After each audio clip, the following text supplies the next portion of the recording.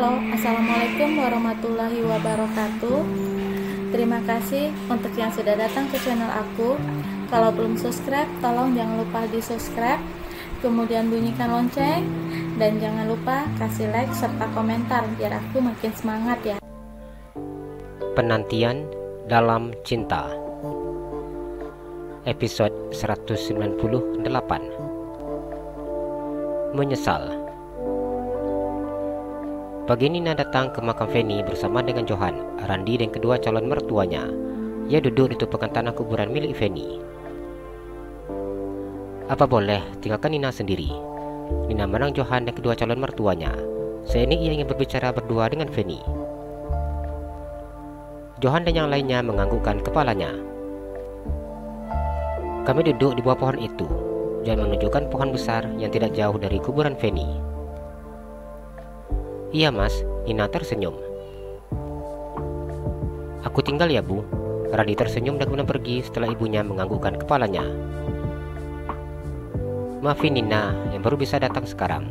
Maafkan Nina yang baru bisa berkunjung ke rumah baru mbak dan mengusap batu nisan Feni. Nina ingin bercerita tentang kesan pertama berjumpa dengan Mbak Feni. Kesan pertama berjumpa dengan Mbak begitu sangat berkesan.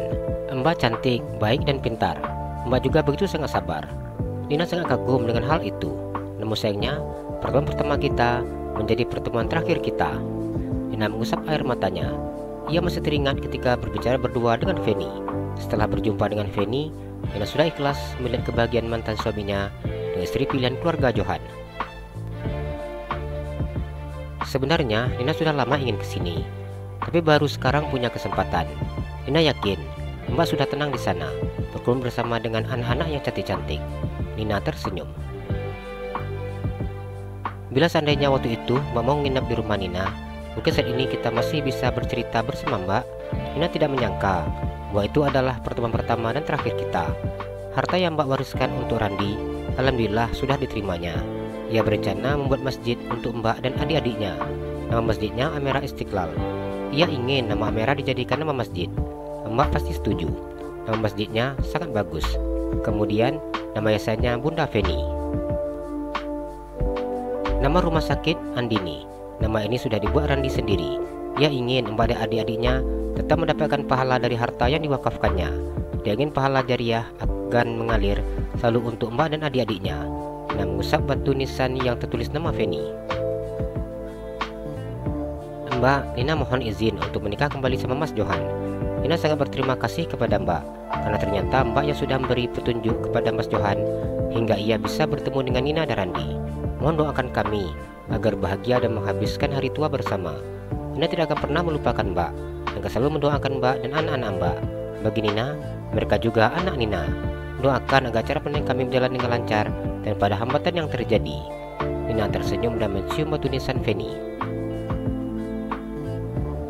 Mbak tenang di sini ya. Nina akan selalu mendoakan agar Mbak diberikan tempat terbaik. Nina mengusap air matanya. Setelah puas bercerita dengan Feni, Nina kemudian melambaikan tangannya memanggil Johan dan yang lainnya. Johan, Randi, Sabrina dan Lukman datang ke kuburan Feni. Sabrina memandang makam menantunya. Air matanya menetes ketika mengingat seperti apa perilakunya kepada menantunya. Kini dirinya baru menyadari akan kesalahan yang dulu diperbuatnya. Feni, Mama datang lihat kamu. Kamu di sana sudah bisa tenang nak. Orang yang mencelakai kamu sudah ditangkap. Mama minta maaf atas kesalahan Mama selama ini. Maafkan Mama yang begitu sangat sombong dan egois. Mama sadar apa yang membuat salah. Karena perbuatan Mama, karena kesombongan Mama, kalian yang harus menjadi korban. Sebenarnya menangis meluk batu nisan menantunya. Ia terbayang semua kesalahannya terhadap Feni serta cucunya.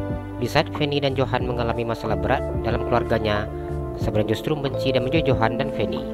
Sebagai mertua yang baik dan nenek yang baik, tidak seharusnya ia berperilaku seperti itu.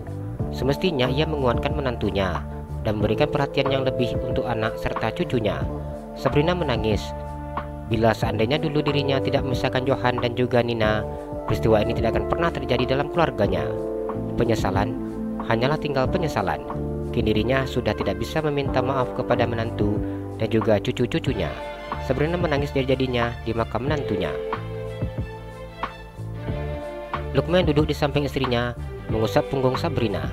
Sebagai seorang laki-laki, ia malu dengan dirinya sendiri.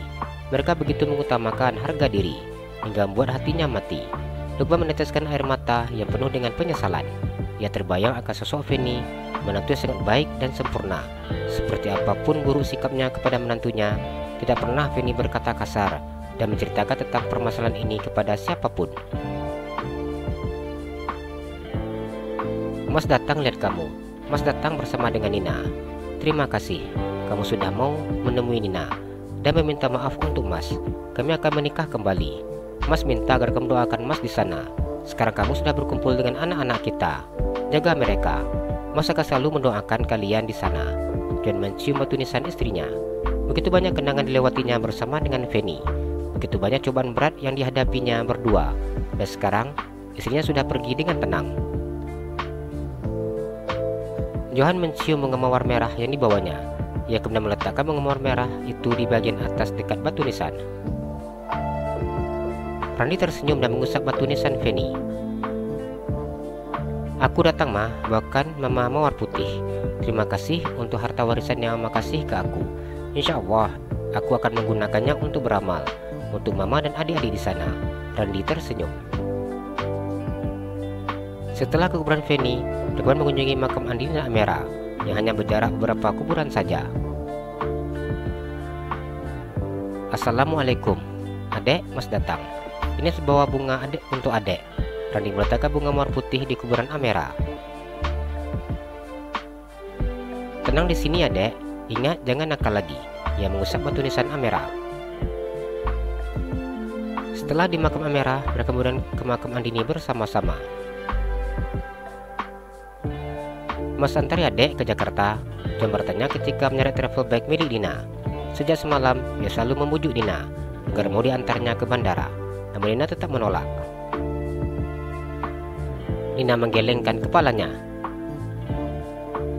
Kenapa nggak boleh dek? Mas cemas kalau adek pulang sendiri ke Jakarta. Mas juga nggak mau kalau adek seperti Langkung, yang datang dijemput, pulang nggak diantar. Johan tersenyum nyengir. Mas banyak pekerjaan. Lagi pula, Mas akan mendampingi Randi di kantor. Kalau Mas antar Nina ke Jakarta, kemudian balik lagi ke sini, itu namanya kurang kerjaan. Nina memandang Johan. Dari Surabaya ke Jakarta dekat dek. Mas akan langsung pulang setelah dia sampai di rumah. Boleh ya sayang? Mas janji akan langsung pulang lagi ke Surabaya. Johan dengan besar payah membujuk Nina. Mana mungkin ia bisa membiarkan Nina pulang sendiri ke Jakarta. Setelah peristiwa buruk yang menimpa Feni, ia semakin takut dan selalu waspada.